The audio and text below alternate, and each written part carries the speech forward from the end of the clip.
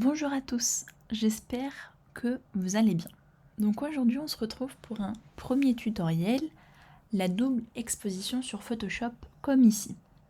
Donc ça a l'air assez compliqué mais vous allez voir, rien de plus simple.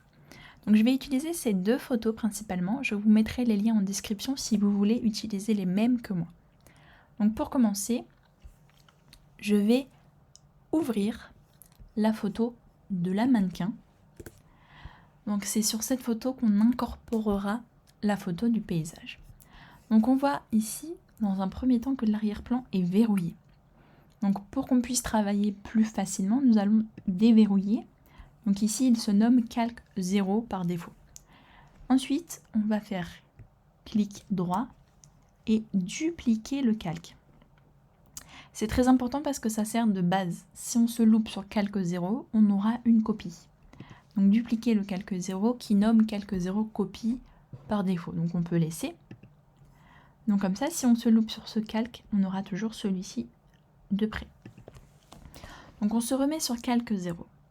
Pour pouvoir faire une double exposition plus jolie, on va mettre l'image en noir et blanc.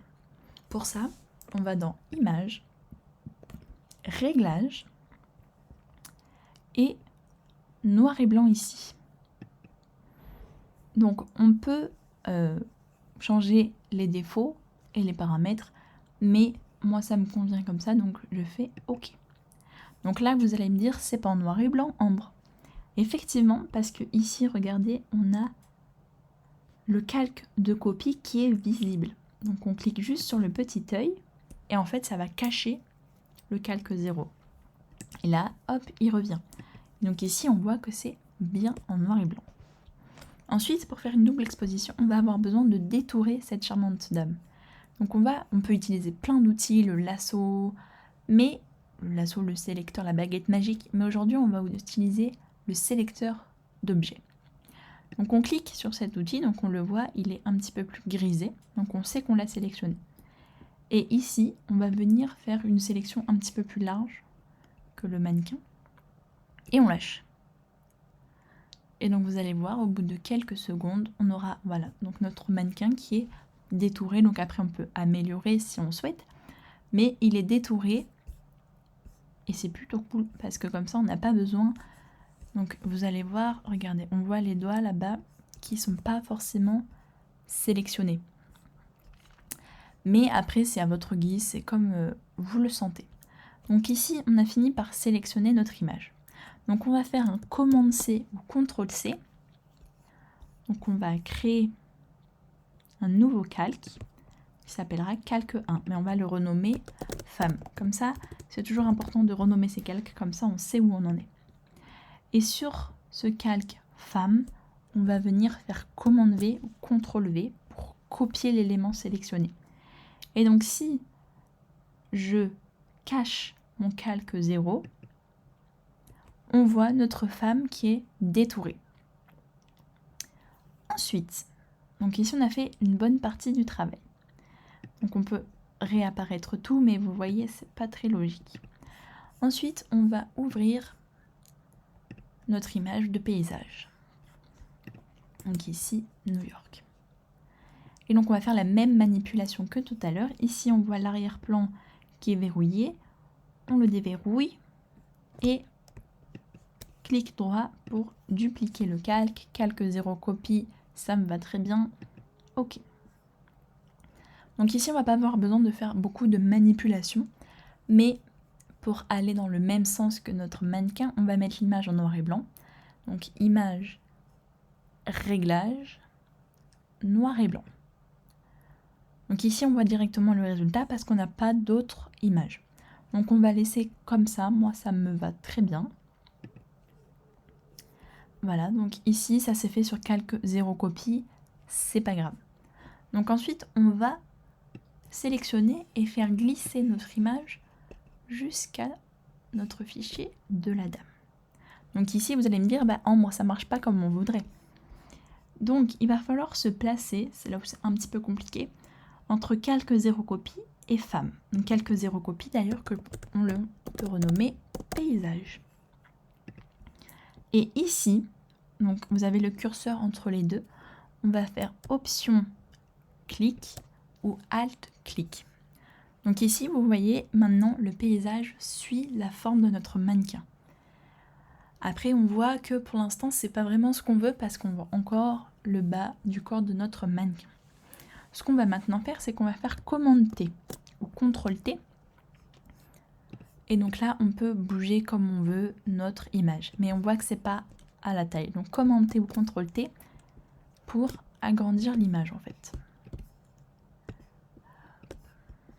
Après, vous la placez où vous voulez, c'est selon vos préférences personnelles. Par exemple, si vous voulez voir le taxi à gauche, ou les immeubles à droite, ou les gens, c'est vous qui placez où vous voulez. Quand vous avez fini de manipuler votre image et qu'elle vous plaît, vous n'avez juste à réappuyer sur l'outil du placement et ça désélectionne l'image.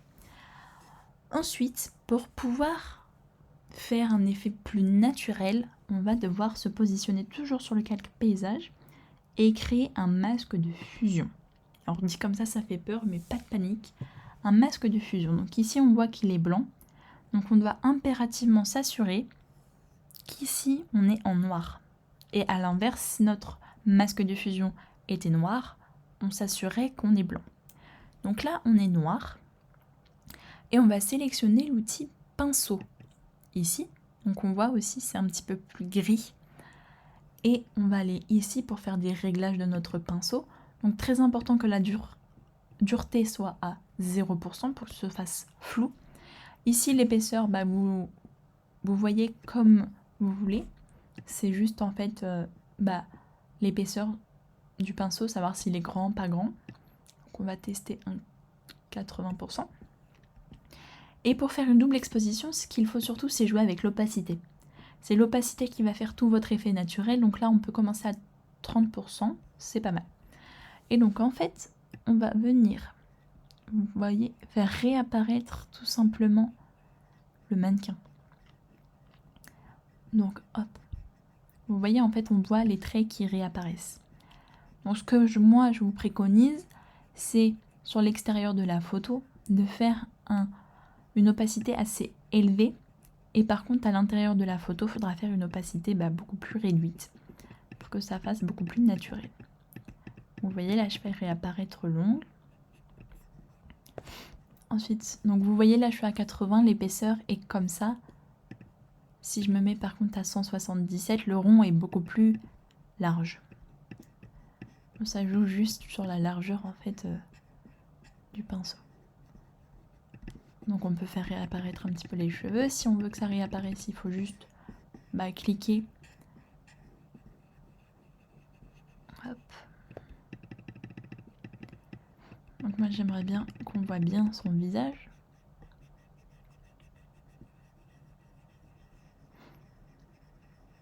Donc après c'est à vous en fait de jouer avec l'opacité pour faire comme vous le souhaitez tout simplement.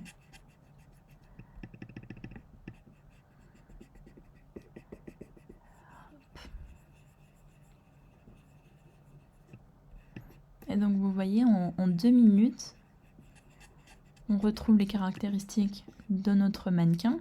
On a ses cheveux, on a son visage et on a toujours notre paysage derrière.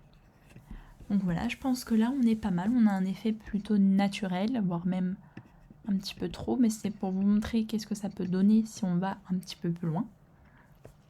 Donc voilà, j'espère que vous avez pu réaliser cette double exposition. Sachez que vous pouvez sur une même photo en faire plusieurs, tant que vous suivez la logique de Alt, clic sur les deux, pour que ça concerne les deux personnes, parce que par exemple, si vous voyez, tout se joue en fait sur le paysage et le masque de fusion. N'hésitez pas à me poser des questions dans les commentaires, ce sera avec plaisir que je vous répondrai. Et à très bientôt pour un nouveau tuto. Au revoir YouTube!